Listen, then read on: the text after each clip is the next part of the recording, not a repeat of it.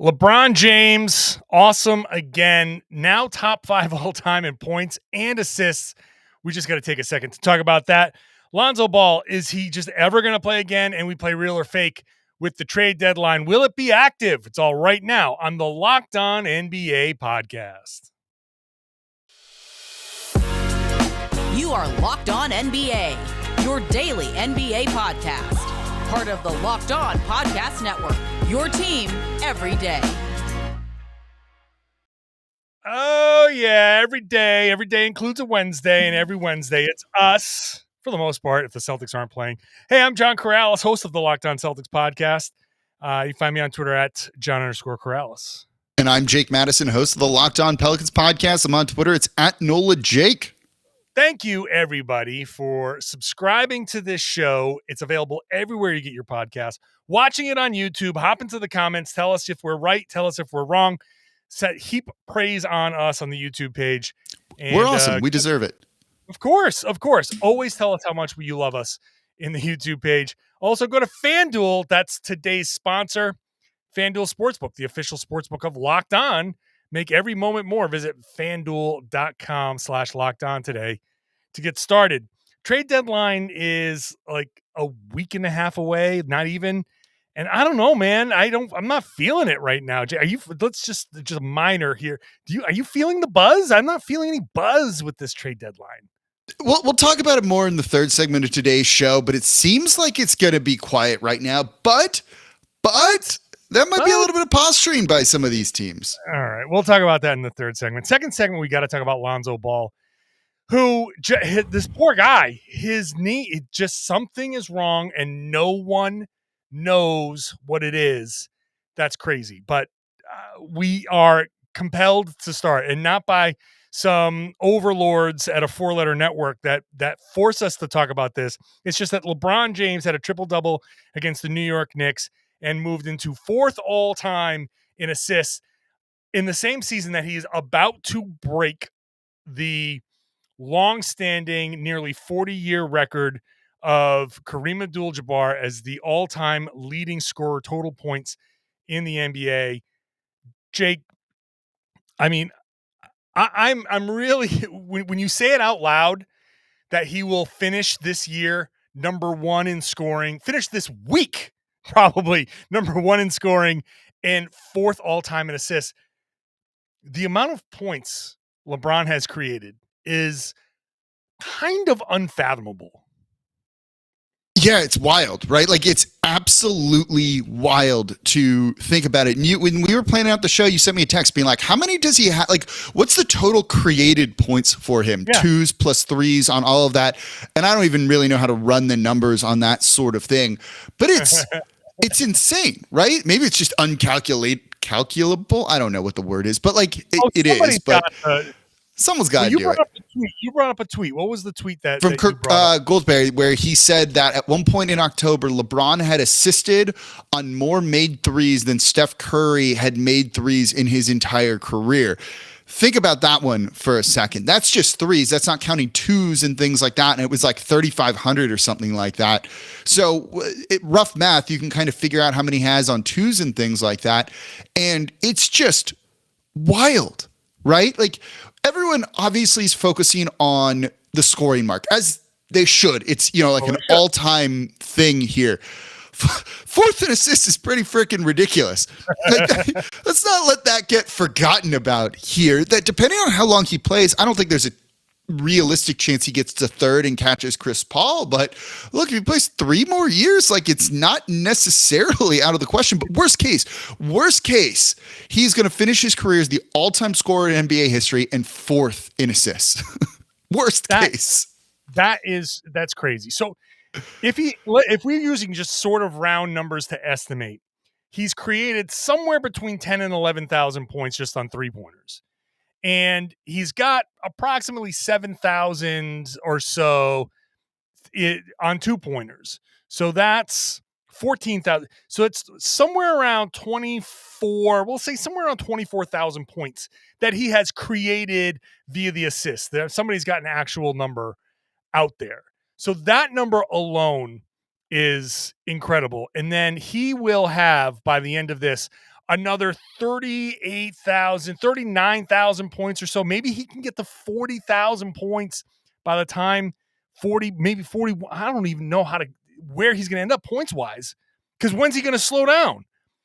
So he will have created 60, 61, 62,000 career points, just created them for like in the NBA. That number blows my mind. The other thing is the closest guy that's anywhere near this conversation is Oscar Robertson, who is 13th in scoring overall, who's 12,000 behind LeBron, and who is at least a couple of thousand assists behind LeBron in 8th.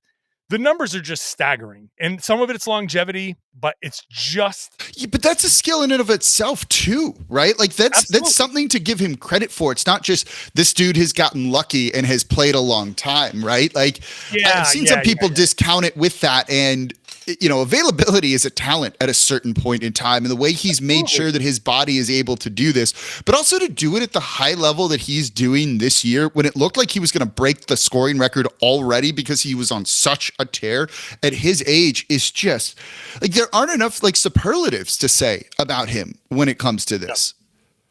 No, there aren't.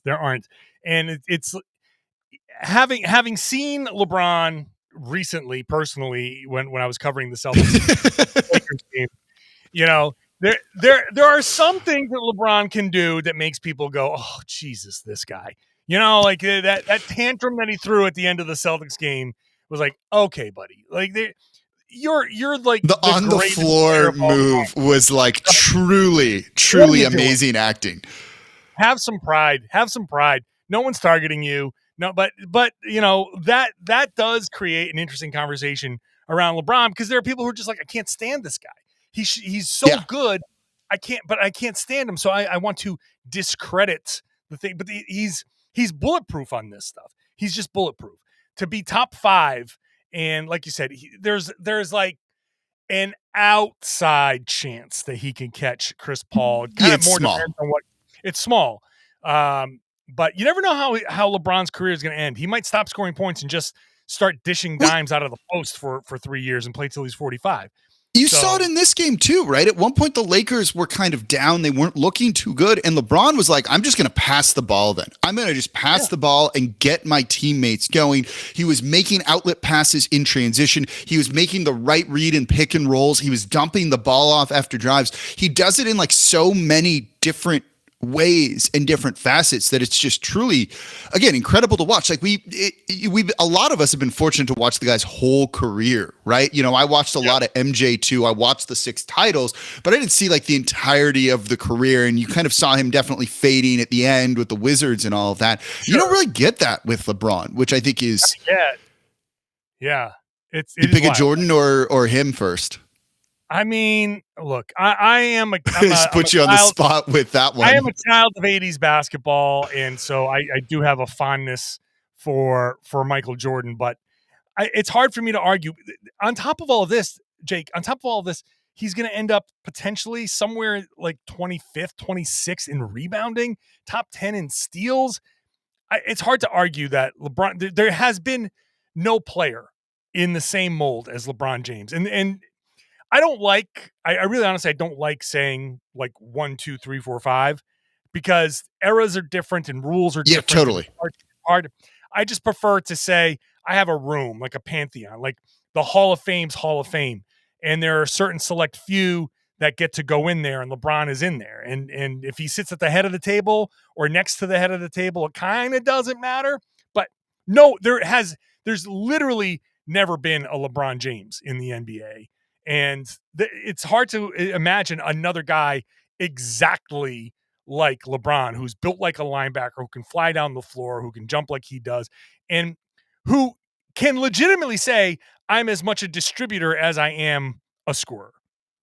Yeah, I think going back to the Michael Jordan LeBron thing, right? Like it might be 1A, 1B, and you can order them however you want. And I don't actually have a problem with either one, as long as it's probably those two, 1A and 1B, at least in my opinion, especially of guys that I've watched. And I don't really have a ton to go on with older eras. That's a really good point. You mentioned rules change. It's a different time. The game's grown. It's evolved. That's really important to keep in mind. But Yeah, like there's just like I don't know, man. Like we could make this such a bad segment where it's just like, look at how good LeBron is, and like that's the segment, and it kind of is. But like, there's if you don't admit that, even if you hate the dude, like you're just a hater.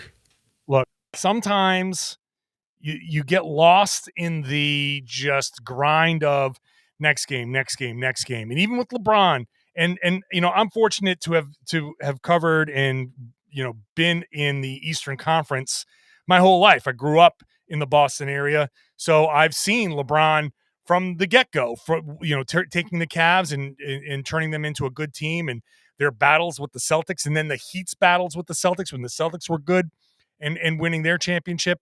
So I've gotten to see a ton of LeBron, and a ton of LeBron kind of mature from the earlier he's not clutch to a finals where he kind of disappears and all of that, and now to have him be like this, it's just an interesting progression on top of everything. But you say this stuff out loud, and I'm sorry. I cover the NBA for a living, and it's still, when you say first in scoring soon and fourth in assists now, it's just it's pretty good. You know what?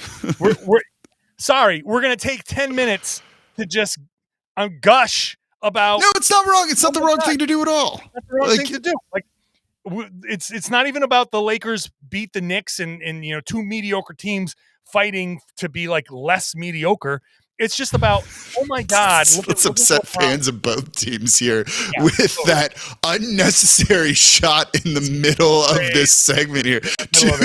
Two mediocre teams fighting to be less mediocre. That is going to be the headline of this show. And his Twitter account, ladies and gentlemen, is at John_Karalis.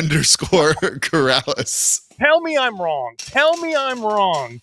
Where are they in the standings? Come on. We're not even talking about the game. That's your NBA game to game, which, by the way, y'all can find on this feed. We don't need to talk about that, so John has no need to say things like that. Guys from Locked On Lakers and Locked On Knicks will give you like a minute to a minute and a half on Locked On Game to Game. You get the inside out, blah, blah, blah. You get all of the stuff you need to say. We get to sit here and gush about LeBron for a minute, and look, that means two mediocre podcasters gushing about an all-time great here. Hey, look, I've never argued that either. Yeah, we don't disagree here. I've never said I was anything beyond mediocre. Wow, mediocre? Like that's a compliment, probably, from what we normally get. Yeah, I'm fighting for the podcaster play-in tournament regularly, so whatever. I'm the Sacramento Kings. Every once in a while, I have a good run, but I know who I am. So, all right, let's wrap this up. Let's talk about Lonzo Ball and his knee. Let's do that in a second. We'll take a second there. First, today's show is brought to you by FanDuel. We are extraordinarily excited for FanDuel to join the Locked On Podcast Network, because FanDuel is the number one sports book in America, and we're the number one podcasting network in America. There's got to be a ranking for that somewhere. I'm declaring it right now.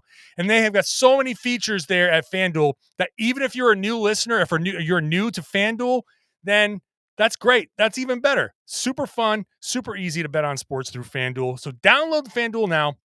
You can even bet on Super Bowl 57 with a no-sweat first bet. You'll get up to $3,000 in bonus bets if your first bet doesn't win. FanDuel lets you bet on everything from the money line to point spreads to who will score a touchdown, which is my favorite way to go. If I'm betting on the Super Bowl, I'm betting on the prop bets. I don't even know if I'm who I'm going to pick, but I'm just going to be talking about touchdowns and who's scoring first and who's scoring next. And I'm glad that you can do that on the FanDuel Sports app, which is safe and secure and super easy to use. And the best thing is when you win, you get paid instantly. So join FanDuel today at FanDuel.com/lockedon to claim your no sweat first bet on Super Bowl 57. That's FanDuel.com/lockedon. Make every moment more with FanDuel, the official sportsbook partner of the NFL. We just ask you to please gamble responsibly. Jake, tough news here. They were talking about Lonzo Ball in Chicago, and the conversation basically, he doesn't know why he's still feeling pain in his knee. The medical staff doesn't know why there's still pain in his knee. His camp doesn't know why there's pain in his knee. He's gone to 6 different doctors for opinions. It's starting. I mean, not starting. We're beyond concerned here for Lonzo Ball, who I just believe, and I'm obviously not alone, he ties so much together for the Chicago Bulls that he might be his health and what was his impending return for 50 games this year. That might be what's kept the Chicago Bulls from making a decision whether to be buyers or sellers, because with Lonzo back, he just makes so many things snap into place for Chicago. But without him, Chicago's kind of a mess. So this is just, if you're the Chicago Bulls front office, you just got to, head in your hands and go, what do we do now? Yeah. So first and foremost, this sucks, right? Like, this just sucks. There's nothing fun about this. You never want to see injuries like this. Like, this just completely sucks because it seems like he's done his rehab, right? Like, this isn't one of those stories of a player like not doing what he should. There hasn't been like a situation where he was rehabbing too hard and like hurt another part of his body or something like that, which has kept him out long. Like, it's just not right. And that's just never a fun situation to be in. And it's interesting, right? Because there's parallels to this to a certain degree, I think, with the Chicago Bulls in the past, with Derrick Rose too. But Chicago's actually taking a different approach this time, right? Derrick Rose was medically cleared to play. They were like pushing him to return from the ACL injuries that he had. And he was like, something's off. I'm not right. And there was like public pressure from the team basically on him to get back out on the court. I'm happy to see you're not noticing that with Chicago, where everyone's like, this one's confounding to us. And it's not like, well, you're healthy, you're cleared, you should be playing, but he doesn't feel right and it's his body. Because that's what makes this so murky, right? Like, no one could feel what he feels. No one could really know what he's going through.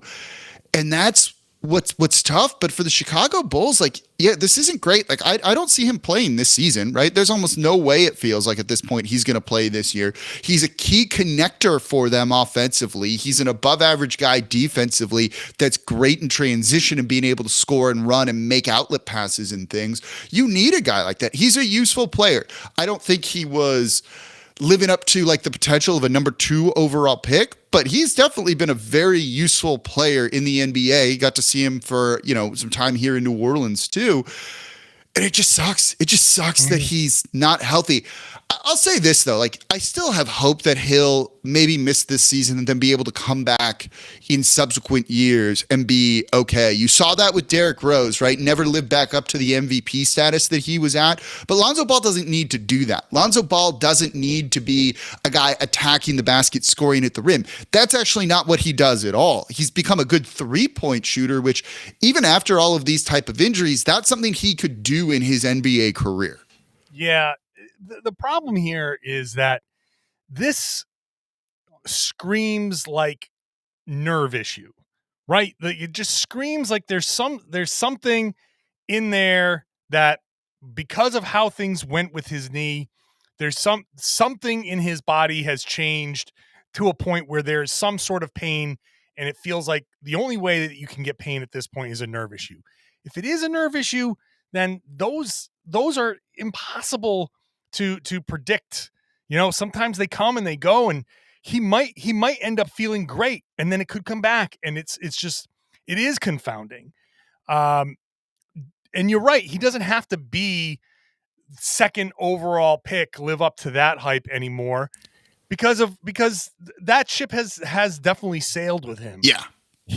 We know who he is. He's not even a guy that you want to rely on as your half court point guard, set everybody up and move. He's more of a half court spot up guy and transition kind of distributor. He's kind of Ben Simmons-ish with a jump shot. That's a good way to put it. Yeah. So but that fits perfectly with Chicago, with, Zach LaVine and, DeMar DeRozan and Vooch, and just a guy that can see the floor well enough in the half court to make the right pass. If there's a closeout, attack the closeout well. If he gets the rebound or if he gets the outlet, he can really make a play in transition. So he plays to some of the athleticism they have there. And it gives Vooch space in the post when he's there in the corner. It just makes every one of those other guys just a tiny bit better.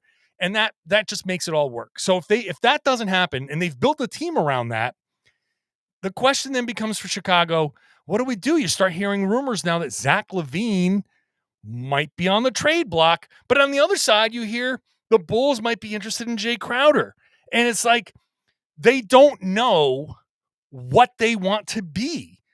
And that's the hard part right now with all of this. Right. It reeks a little bit of like desperation. Like you're really desperately trying to kind of cling at maybe being a good team or something along those lines to try and make the postseason, try and salvage this year. When what I think you and I did it, or maybe it was something else that I was on, and it was on a show where it was like when we were looking at teams to start the year of like teams that maybe should tank. And one of the ones was like maybe a secret tanking team should be the Chicago Bulls.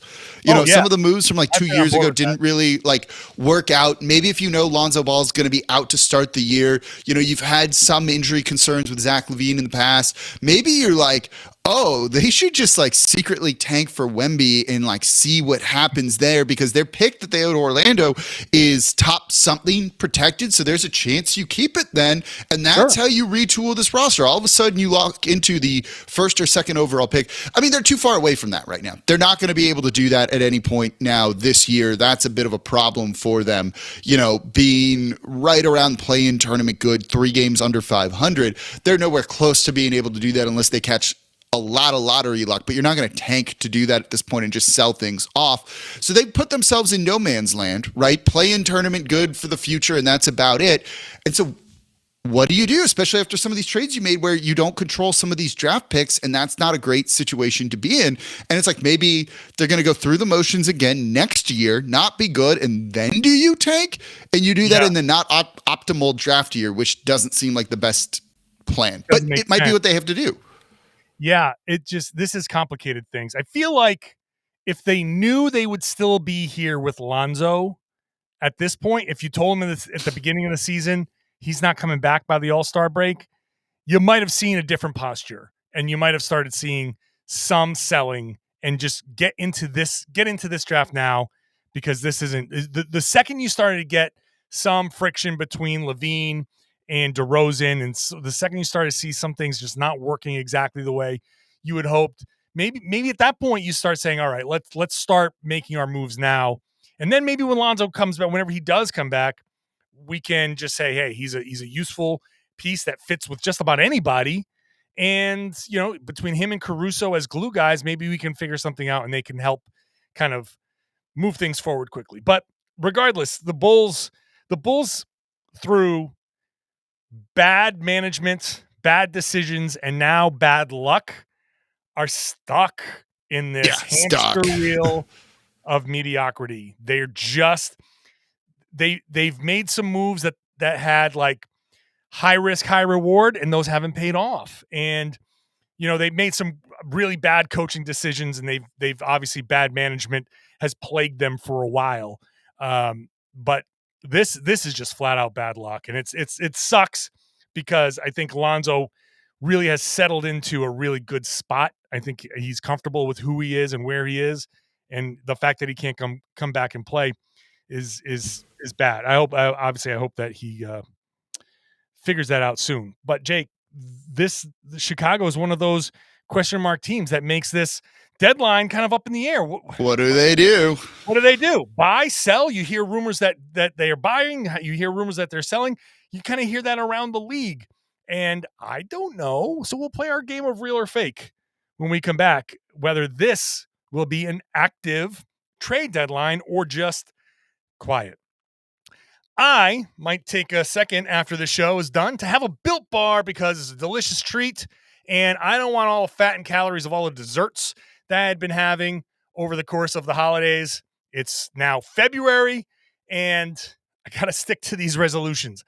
Got to lose a couple of pounds, so I'm going to be working out a little bit more. And Built Bar is not only going to be my healthy reward, my treat, but it's also going to give me about 17 grams of protein. So when I'm lifting, it's going to help me build some muscle.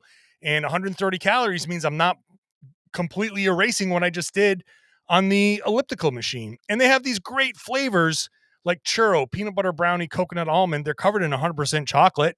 That's real chocolate. So healthy, tasty, delicious. What more do you want? I'll tell you what more you want. You want to be able to pick them up in a store, right? Gotcha. If you go to Walmart, they are now in the pharmacy section. You get a 4-bar box of cookies and cream, double chocolate, or coconut puffs. If you belong to Sam's Club, you can go over there and grab a 13-bar box with hit flavors, brownie batter, and churro. So you can pick those up on your way out. Obviously, you can go to built.com, use the promo code LOCKEDON15. You get 15% off your order. Just get a bunch of them shipped to you. But you now have options, delicious options. Go to built.com, check them out. You'll thank me for Built Bars.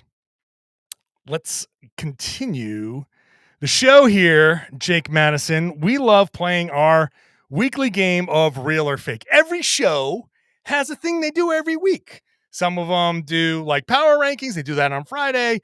They just a bunch of fun little segments. Ours, real or fake. We are getting to the trade deadline. We've teased it all show. I'll just pose the question to you, Jake Madison. Real or fake, this will be an active trade deadline. It's somewhat real. Somewhat real. Right now, the early indication feels like, no, it's not going to be, right? But all it takes is one move and then everything spirals. Then offers go up. That forces teams that were on the fence of being a seller, maybe not being a seller, to decide, yeah, that's too good. We can't pass that up. You look at a team like Utah with that. You know, once Bogdanovich from Detroit gets traded, and I think they're posturing saying they want to keep him, that makes no sense. You may as well get something for him. That gets moved, you know. OG Anunoby maybe gets moved from the Toronto Raptors. I don't think they're going full on rebuild, so it's not going to be a fire sale there of Siakam, Anunoby, Gary Trent Jr., and some of the other intriguing young players they have. That's why it's somewhat real. There's going to be moves. There's no way it's going to be like 3 trades and that's it. There's going to be teams making some moves. I think you see Utah trade a couple of guys away. Bogdanovich gets traded from Detroit. And Anunoby, and I'll call it now, I think does get traded from the Raptors, but they don't go tanking or anything like that. I won't call it like a crazy trade deadline, right? But that's a decent amount of moves. Nothing outside of Anunoby that's like super sexy that like puts, you know, kind of changes the dynamic of the league. So it's somewhat true. Somewhat true. Okay, you know, I can see that.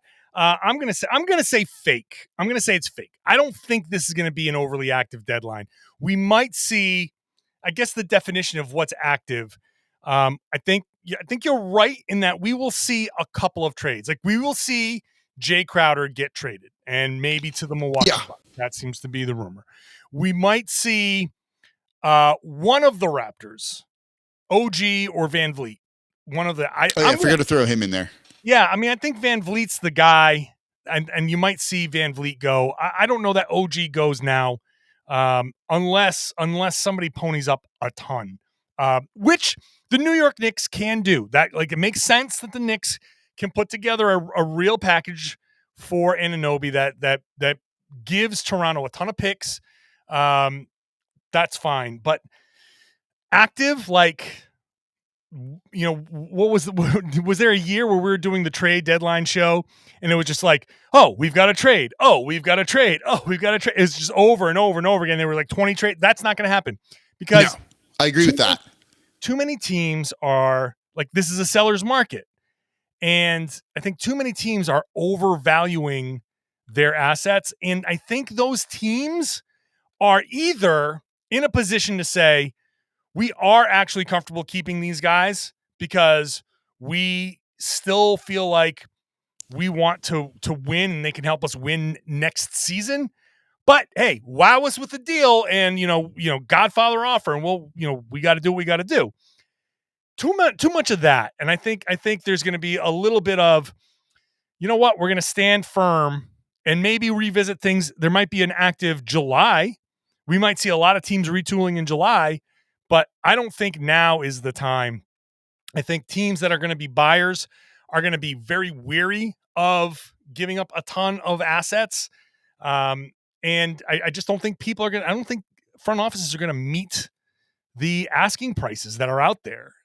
So I think we'll see A few trades. I guess what's the number of trades that you would say would constitute active?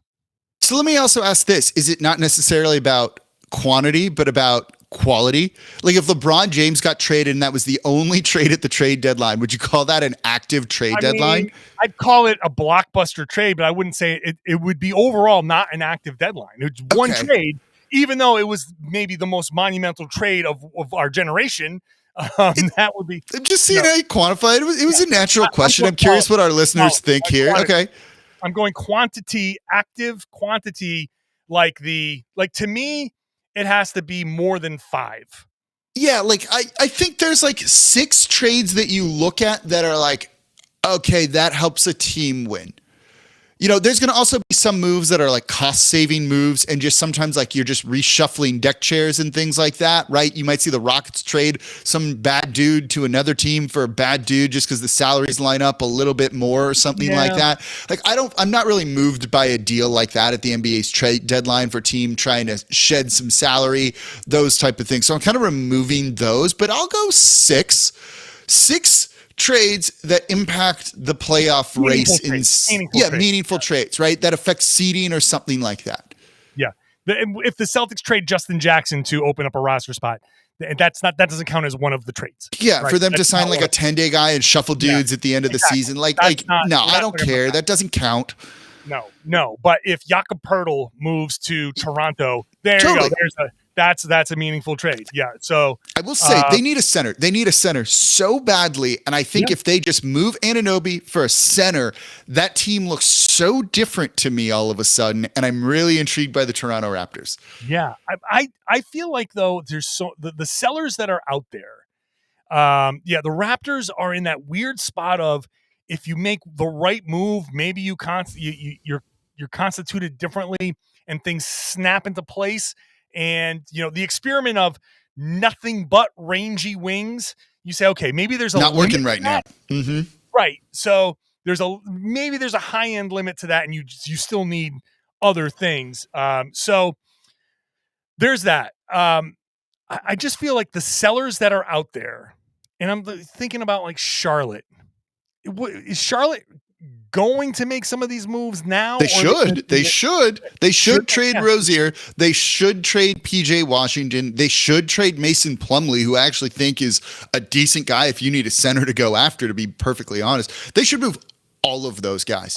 So you might see like 2-3 teams trade away a number of guys like Beasley, Vanderbilt, Olenek from the Utah Jazz make a ton of sense too, being on the move. Like you might have 2 teams equal those 6 trades. Yeah, you could. You absolutely could.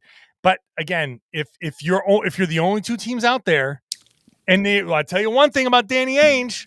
I know Danny Ainge. He's going to almost trade that entire roster. He doesn't do a deal unless he feels like he wins the deal. Danny Ainge no longer does any moves that say this is good for both teams. When Danny Ainge makes a move, it's, oh God, what did he just do to Minnesota? Like what did he just do? What did he just get for Donovan Mitchell? What? You know, like that type of stuff. He's not going to do Kelly Olynyk in a reasonable deal. He wants to package those guys and find some sort of deal that makes people go, are you kidding me, Danny Ainge? Like that's the reaction he wants. So I don't know. Utah makes a lot of sense to sell some pieces off. I don't know that they do that right now. I really honestly don't, because I know Danny Ainge is if he's not going to win the deal outright, he's not going to do the deal. If you want to know where people can go to find the answers to these questions, there's a Locked On Toronto Raptors. There's a Locked On Utah Jazz. There's a Locked On show for your team if you want to find out if they're actually going to be buyers or sellers. That's a very polite way of Jake telling me to shut up because we're over. No. There's a Locked On Celtics. There's a Locked On Pelicans. I'm not doing that. I like the trade talk. Man, this is the easiest time of year for us here. Oh yeah, we're over time. John, we're at 34 minutes. Let me just tease these other shows and get out of here. Let's go. We start playing the orchestra music. Thank you everybody for listening to the Locked On NBA podcast, which you can get everywhere podcasts exist. If you are a subscriber, if you're watching on YouTube and you like the show, make a comment. Tell us how awesome we are, or tell us that we suck. Hey, sometimes mediocre podcasters mediocre here. podcasting. That's the name of the game over here. I would love it if you shared the podcast, tell your friends and family they should be listening to and watching the Locked On NBA podcast. It's right here on the Locked On Podcast Network. Your team every day.